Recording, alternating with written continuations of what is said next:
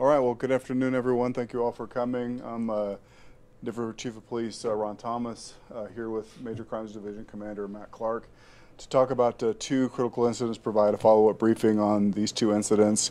The first being a in-custody death that occurred a week ago this past Sunday with an individual that officers first contacted at 37th in Quebec. The second incident being an officer-involved shooting that occurred a week ago Monday in the 800 block of South Quebec. So with that, I'll turn it over to Commander Clark.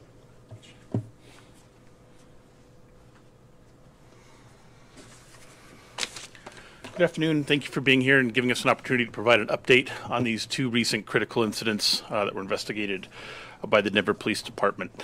The first incident, we'll just go in chronological order, is the in-custody death incident that the chief described in the 3700 block of North Quebec Street. It occurred on Sunday, the 26th of November, 2023, and officers were dispatched to that incident around 8:50 in the morning.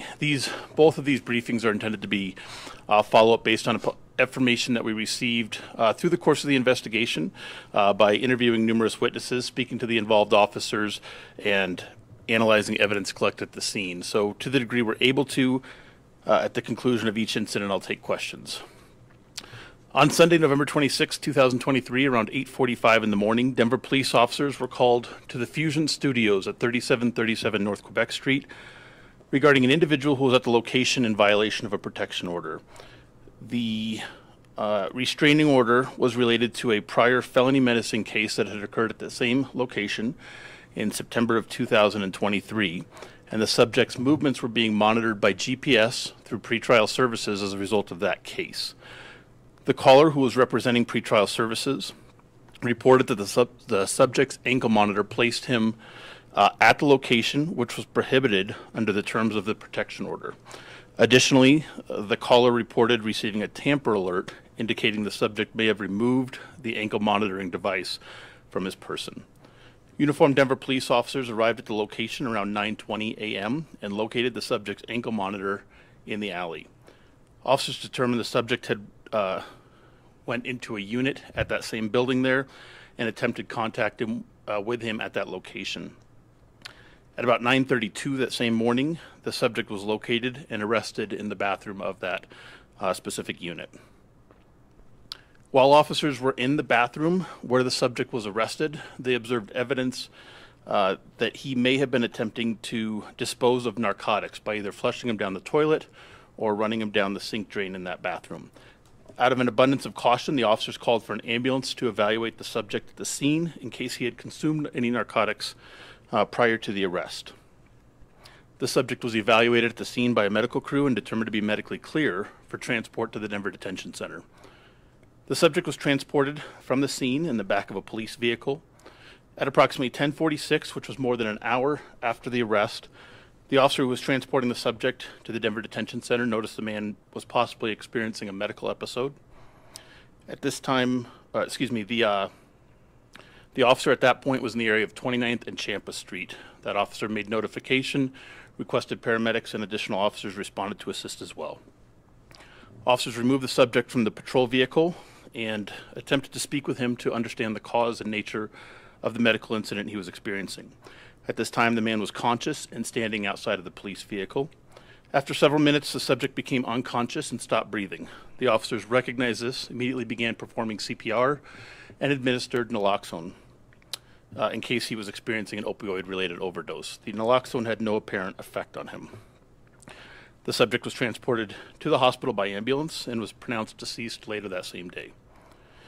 Based upon the custody status of the individual, when he experienced the medical event, the department followed its critical incident investigative protocol, which included investigators from the Colorado Bureau of Investigations, the Colorado State Patrol, Denver Police's Homicide Unit, the Denver District Attorney's Office, and the monitoring by the Office of the Independent Monitor.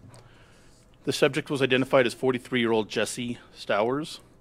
The Office of the Medical Examiner is investigating to determine the individual's cause and manner of death. And while toxicology details are not currently available, preliminary information indicates narcotics may have been a factor in his death. The officers involved in the arrest and transport and treatment of Mr. Stowers are patrol officers assigned to Patrol District 2. The officers had their body-worn cameras activated, and it captured their interaction with him both in the hotel bathroom, or excuse me, in the bathroom of the unit he was in, as well as when they attempted to render aid to him. The involved officers have returned to work in their normal patrol capacity. I can answer any questions about that incident.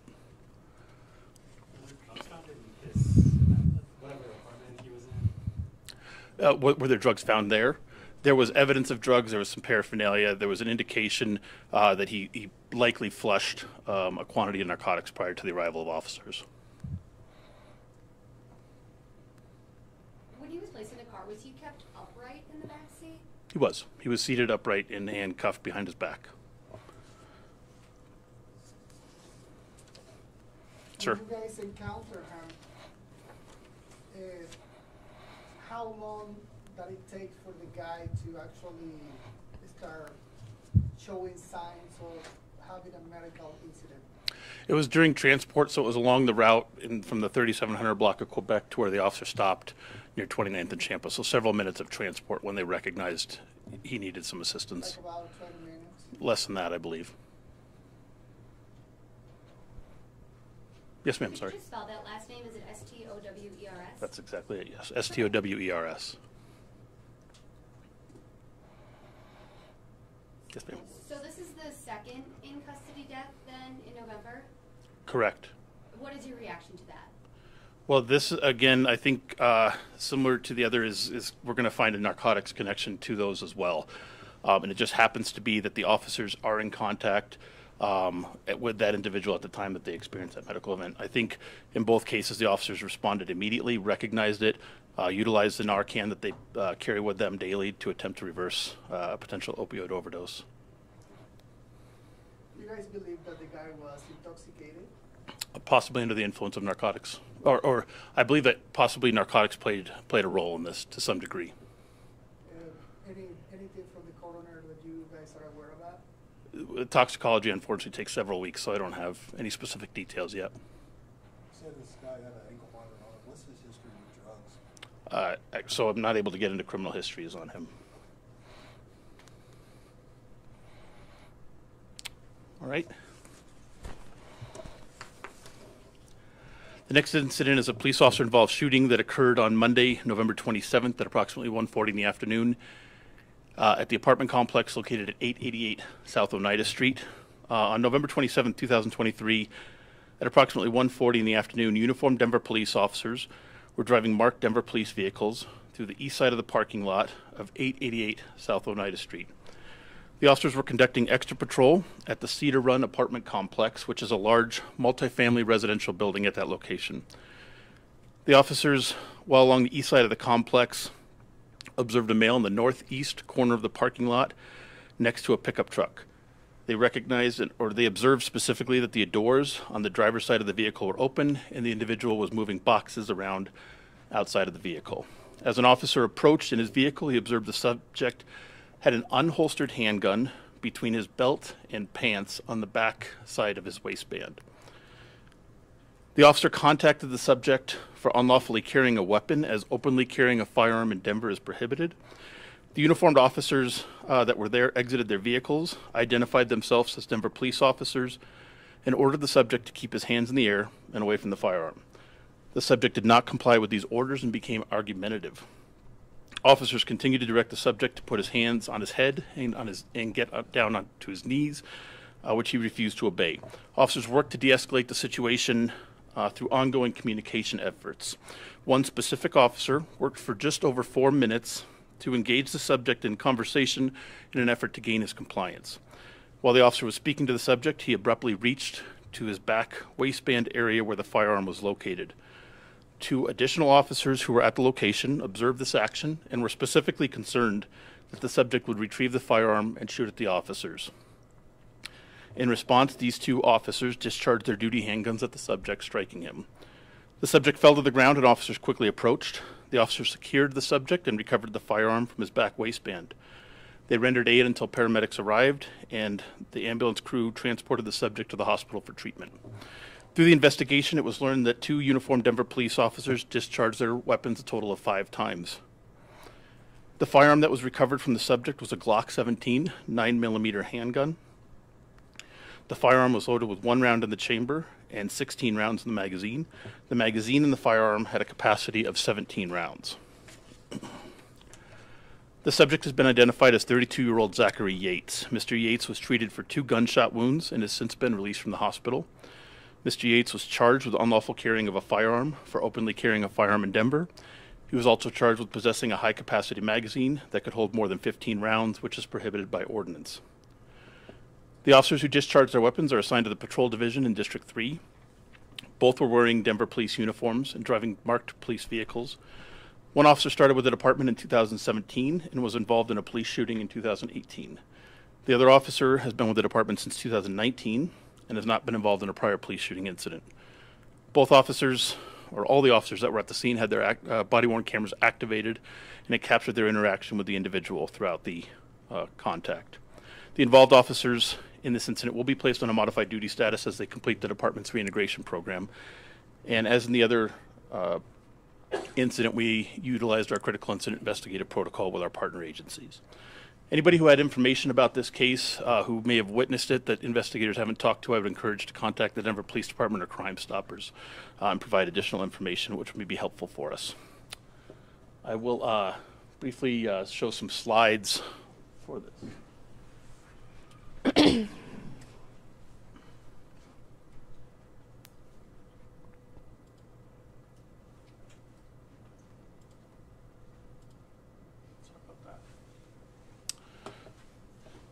So here's some still shots from body camera that I'll show in case you either haven't seen the video or choose not to watch the video. This is a screenshot from the contact officer as he was approaching. The black pickup truck is the subject's vehicle. The subject is outside of the vehicle at this point. And the officer at from this perspective is looking directly at the back of the subject. And by doing so, it's difficult to see, but I'll call out specifically this area by his waistband. The handle of the firearm is up and the barrel and muzzle are pointing down to the ground. That is secured between his belt and his pants. There's no holster or any other type of retention device holding that firearm in place there. This is the view of one of the involved officers who's not having direct communication but is providing assistance at that location. He has a specific view of the right side of the subject there. At this point, this frame, the subject's arms are up. He would not keep them in the air, kept moving them around. In the next frame, 3 seconds later, the subject's hand has now moved behind his back in a way that the officers believed he was preparing and was attempting to grab the firearm from there. And this is just a couple frames prior to the firearms being discharged.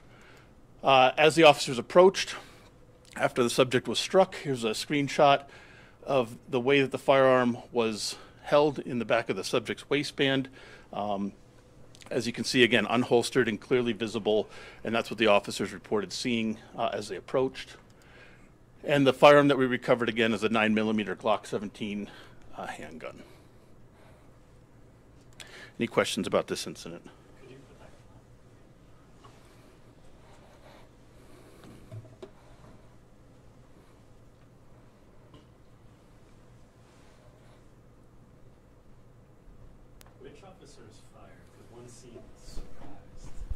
So the officers that fired is the view that we're looking at. The officer on the right side of the screen, the officer who is communicating with the subject, is more positioned directly behind the subject's vehicle there. This one, the one on the far right of our screen, were involved, and then the one across directly behind is not involved. He was the one communicating with the subject. This is it's an apartment complex, a large apartment complex near Leetsdale and Oneida.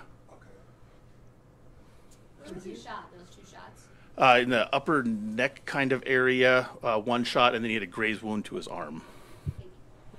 So is that according to you guys training? Because you feel threat, you just go and shoot at somebody, or how is the process? Sure. So the officers believed that he was attempting to retrieve that firearm. He had been non-compliant the 4 minutes prior, where they attempted to get his compliance, to get him to keep his hands in the air on his head away from that firearm. He wouldn't get down on his knees. And then that coupled with the specific movement, as you watch the video, you'll see the specific movement where that hand previously had not gone back behind the back. The officers reported that was specifically concerning to them, feeling that he was attempting to retrieve that firearm despite their orders and direction not to do so. And that caused them to fear that he was going to take an action that would cause them harm. Did the guy have any criminal history or record? So we don't speak to criminal histories during these briefings. Yes, ma'am. About a minute into body-worn camera 1, you can hear the suspect say, "I'm a suicidal, disabled veteran, go ahead," kind of alluding to, "Go ahead and shoot me." Continuing the question on training, is this in line with proper mental health training in terms of de-escalation or trying to provide some form of help to someone who could possibly be in mental distress? So I believe that their actions were in line with training. I mean, there was, I think, a significant attempt, 4.5-minute attempt to de-escalate, to establish a rapport with him. I think you hear an officer asking about military service, so I think they're really trying to connect with him and get him to comply, get him to understand that they are not a threat to him. They just need him to safely comply with their directions, and then he all of a sudden makes that sudden movement that puts everybody, I think, at risk. Was the guy from Colorado? He did, yeah, he did, he's been in Colorado for a period of time. He wasn't new to the area. I'm not fully aware of the laws about firearms and things like that. Can you kind of explain a little bit why having a firearm is illegal? We have the Second Amendment to the Constitution. Certainly. So it wasn't the fact that he possessed the weapon, it was the fact that it was openly displayed like that. And so that is illegal, and that's the reason for, I mean, their attention was drawn to him for other reasons, but once they saw that he had that firearm, I think that it was wise for them to make safe contact, try to recover that firearm, and then investigate further exactly what's going on. Yes, ma'am. We know he doesn't live there, but initially you said that he had some connections to that apartment, maybe? Correct. Is it clear now what he was doing there that day? Not entirely clear. As we said, he did have some association with a resident there, and so I believe that was his vehicle. And I think what was observed prior to officers making contact is him, throwing articles from the cab portion of his vehicle into the trash. Can you say how long the officers who shot him will be on modified duty? Unknown. I mean, I would say at least 2 or 3 months, and so there's a specific protocol that we go through, making sure that we address any trauma that may come from them being involved in a critical incident. Yes. In the body cam footage, the officer says that there is high gang activity in that area. Is there any connection that you might know of between any gang and Zachary Yates? No, not at all. Any particular explanation why the guy wasn't shot in his arm or his leg at that time? Well, because that's honestly not part of our training. I mean, our training is certainly to shoot center mass. That's, I think the largest target. So, the most likely that we'll be able to strike a person, incapacitate them, and then, be able to render the situation safe. Just to confirm, he was struck 5 times? No. He was struck twice. 5 rounds were fired. All right, thank you. Yes, ma'am. How far away were those 2 officers that shot at him? They were approximately 30 to 40 feet away from him at that point. And how many officers responded to this scene? So initially there was 2 present, a third arrived, and I think in the end there was 5 officers present. The subject die on scene or die in custody? This subject's still alive. He was been released from the hospital. Yes, sir.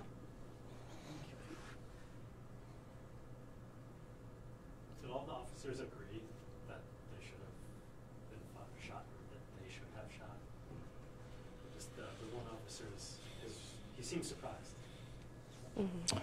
So, yeah, I can't speak to officers' perceptions, certainly, but I think that, obviously the one officer that you see here, he's the one that's primarily engaged in the dialogue, and so his focus is on the individual, trying to maintain eye contact and maintain a dialogue.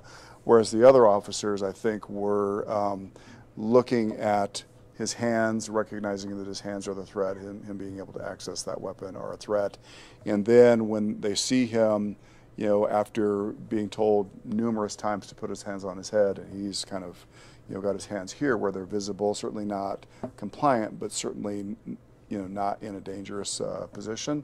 But then when he makes that very quick movement behind his back, I think it's a reasonable assumption that he's going to retrieve that weapon, and that is when the two officers that perceive that action and recognize that that is exactly where that gun is, that's when they fired. He was taken into custody for display of firearm when the open carry is prohibited. So what are the charges that he may face at that time? So he will be in jail, he will be fined? So specifically, he's been charged with the revised municipal code violations for unlawful carry of a firearm and prohibited possession of a high-capacity magazine. The magazine he had the ability to carry 17 rounds, and the limit is 15. The magazine was in his truck or in his car? That was in the gun that he had in his waistband. Has there been any mental health evaluation or anything like that? So it's not something we typically speak to in these briefings. Any other questions? Great. Yes, Maybe ma'am. just kind of wrap it all up in a nice big bow. Your general reaction to how everything was handled here? I am pleased with the officers' actions. I think that they took a significant amount of time to de-escalate that situation. I don't believe that any officer wanted to fire in this particular case, and took a lot of precautions to try to get this to end peacefully. And we certainly wish that that would have happened. And I think that's our communication to other people is we know that we're going to encounter armed individuals in the future, and when that happens, we would certainly prefer that they follow the officer's directions and not make furtive or threatening motions that cause us to take those kinds of actions. So, thank you. I understand in a lot of incidents when people get upset about the police presence because it's a country of freedom and liberty and all of that, what are the best practices that you can recommend for people to follow even if they think that their rights are being violated by the cops? Yeah, good question. So, I mean, I think that the best advice that I could provide is to follow the instructions that you're given. And if you feel as though your rights have been violated, there's certainly avenues in order to pursue that. So, thank you.